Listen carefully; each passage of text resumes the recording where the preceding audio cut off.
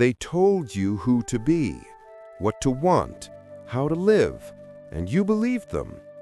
That critical voice in your head, the one that whispers, "You're too much, too sensitive, not strong enough, not good enough," that isn't your conscience.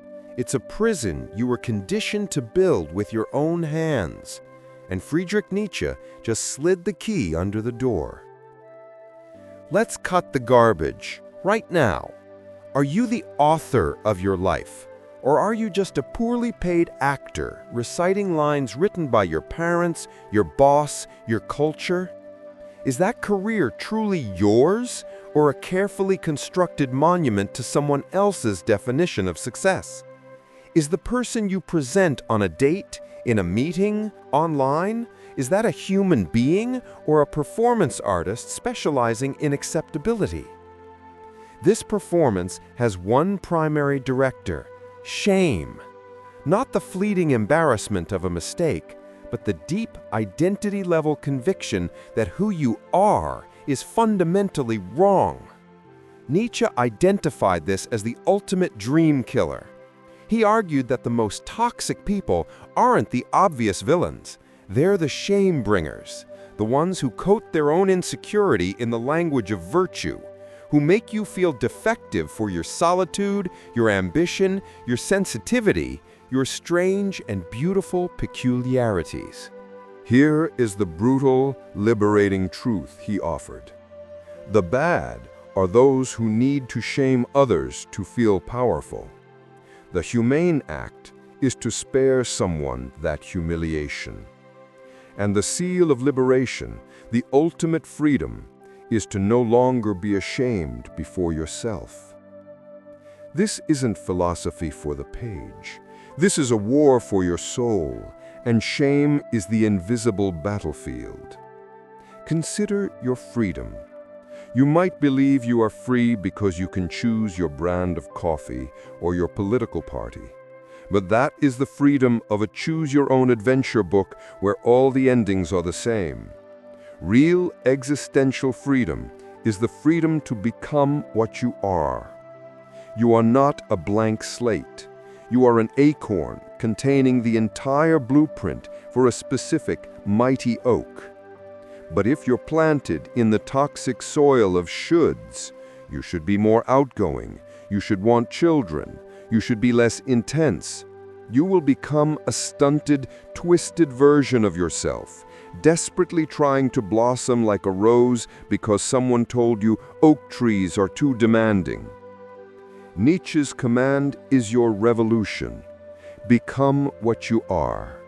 This requires the courage to embrace your own unique form, even when the world calls it ugly.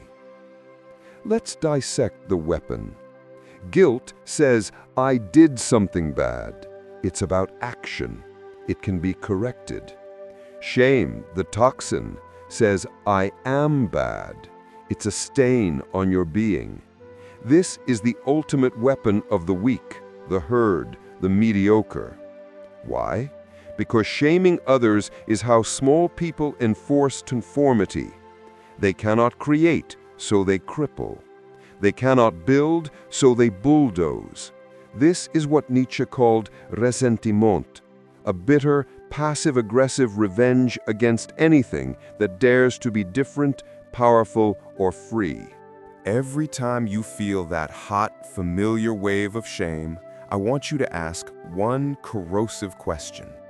Who does this feeling serve? Is it making me stronger, truer, more alive? Or is it just making me smaller, quieter, more manageable? Take the story of Timmy, not a fictional character, but a ghost that lives in many of us. Timmy was a sensitive boy.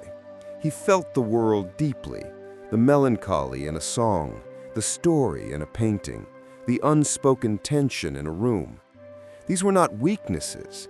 They were the seeds of an artist, a poet, a visionary. His environment became a psychological war zone.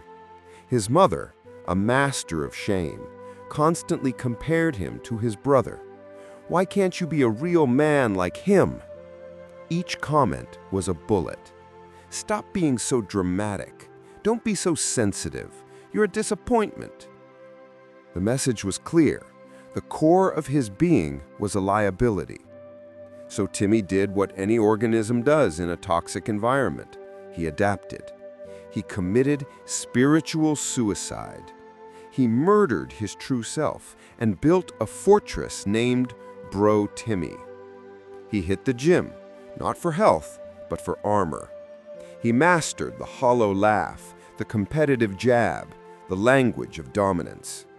To convince the world, he first had to convince himself. The performance had to be flawless. And for a while, the system worked. He gained approval. He checked the boxes.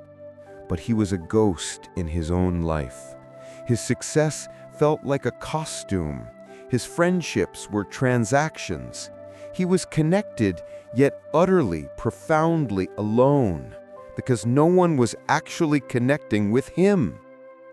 The turning point arrives not with a bang, but with a quiet, devastating realization. The price of admission to these shallow relationships is your soul, and it is a terrible, bankrupt deal. He saw the shame for what it was, not a moral compass, but a control mechanism, a leash. His rebellion was quiet. There were no manifestos, only a series of subtle defections. He stopped performing. He bought a sketchbook and let his hand remember what his mind had forgotten. He allowed himself to feel sadness without judgment. He began to fire the audience in his head. He didn't become anti-bro. He became Timmy, singular, unmistakable. The oak tree, after decades of suppression, finally pushing through the concrete. This is your path to liberation, your field manual for the war against shame. Begin with the should autopsy. Take a sheet of paper and write down your shoulds. I should be more productive. I should be married by now. I should want that promotion. Now for each one, ask the most dangerous question in the world. Who the hell said? Trace the source. You will find it leads back to a commercial, a parent's anxiety, a cultural fairy tale, rarely to your own inner truth. Become a smuggler of truth. Practice one brutally honest sentence per day. I actually hate this restaurant. I'm not okay. That hurt me. This is not about being cruel. It is about training atrophied muscles of authenticity. Curate your tribe with the ruthlessness of a master architect. You are the average of the 5 people you spend the most time with. Are they builders or breakers? Do they amplify your signal or create static? Fire the breakers. Your life depends on it.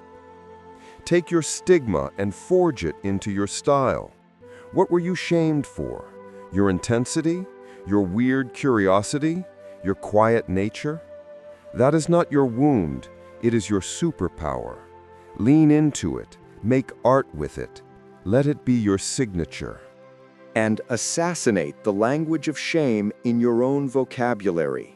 Eradicate what's wrong with you from your thoughts and replace it with what happened. Shift the focus from a defective identity to a manageable action. The seal of liberation, Nietzsche wrote, is to no longer be ashamed before oneself.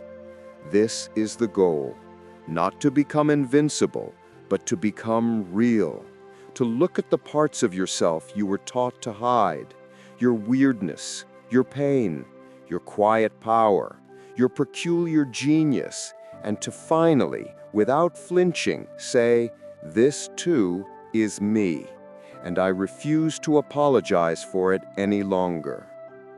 The world does not need another faded copy. It needs your singular, unedited, unashamed form. Break the shame trap. The key is in your hand. Become who you are. Now that you see how shame shapes identity, let's turn insight into power. True self-mastery begins with understanding the unspoken drivers of human behavior. To master that, you need the right tools. Unlock them in our next video, How to Read Anyone Instantly. Nietzsche's 18 Psychological Truths. It's the perfect companion to everything we just covered. Ready to continue? Link in the description below.